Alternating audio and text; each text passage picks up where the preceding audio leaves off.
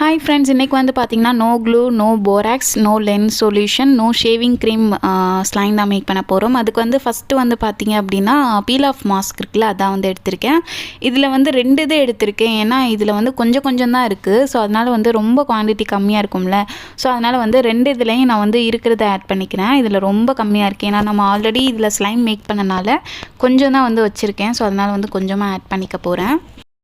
Peel off mask வந்து எந்த brand வேணாலும் ஆட் பண்ணிக்கோங்க. நீங்கள் சார்கோல் மாதிரி இருக்கும், அதுக்குள்ளே நீங்கள் வந்து ஆட் பண்ணிக்கலாம். ஓகே, இப்போ இது கூட பார்த்தீங்க அப்படின்னா நம்ம வந்து போராக்ஸ் ஆட் பண்ணி காட்டியிருப்போம், ஸ்லைம் ஆக்டிவேட்டர் ஆட் பண்ணி காட்டியிருப்போம். அதுக்கப்புறம் வந்து பார்த்தீங்க அப்படின்னா ஷேவிங் க்ரீம் ஆட் பண்ணி காட்டியிருப்போம். இன்றைக்கி வந்து பார்த்தீங்க அப்படின்னா முகி லிக்யூட் வச்சு ட்ரை பண்ணி பார்க்க போகிறேன்.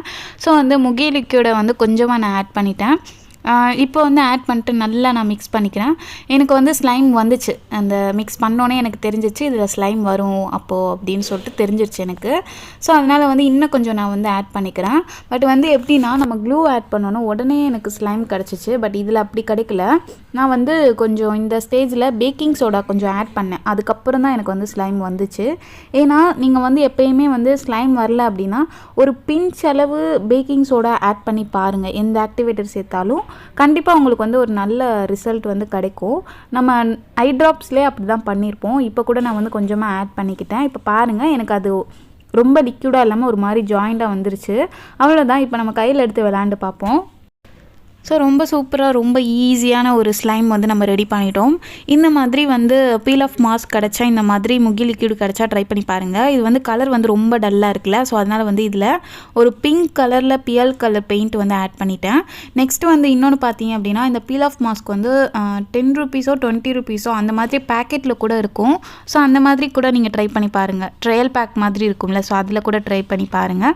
ஓகே, அவ்வளோதான். இந்த வீடியோ உங்களுக்கு கண்டிப்பாக பிடிச்சிருக்கும்னு நினைக்கிறேன். இன்னும் இந்த மாதிரி நிறைய டிஃப்ரெண்ட்டான ஹோம்மேட் ஸ்லைம் ரிலேட்டடான உங்களுக்கான பிடிச்ச வீடியோ வந்து நான் சீக்கிரமே வந்து உங்களுக்கு 1 by 1 ஷேர் பண்ண போகிறேன். ஸோ நம்ம சேனலை வந்து மறக்காமல் சப்ஸ்கிரைப் பண்ணி வச்சுக்கோங்க. இன்னும் நிறையா பேர் க்ளூ இல்லாமல் பீல் ஆஃப் மாஸ்க்கும் இல்லாமல் ஸ்லைம் கேட்குறீங்க. அதுவுமே நான் சீக்கிரமாக ட்ரை பண்ணிகிட்டே இருக்கேன். ட்ரை பண்ணிவிட்டு உங்களுக்கு அது நல்லா வந்துச்சுன்னா போஸ்ட் பண்ணுறேன்.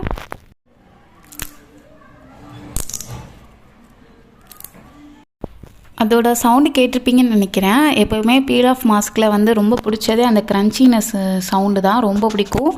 தென் வந்து பார்த்திங்க அப்படின்னா நான் வந்து உண்மையான ஸ்லைம் தான் வந்து போடுறேன். ஓகேவா, பொய்யா வந்து எதுவுமே போடலை.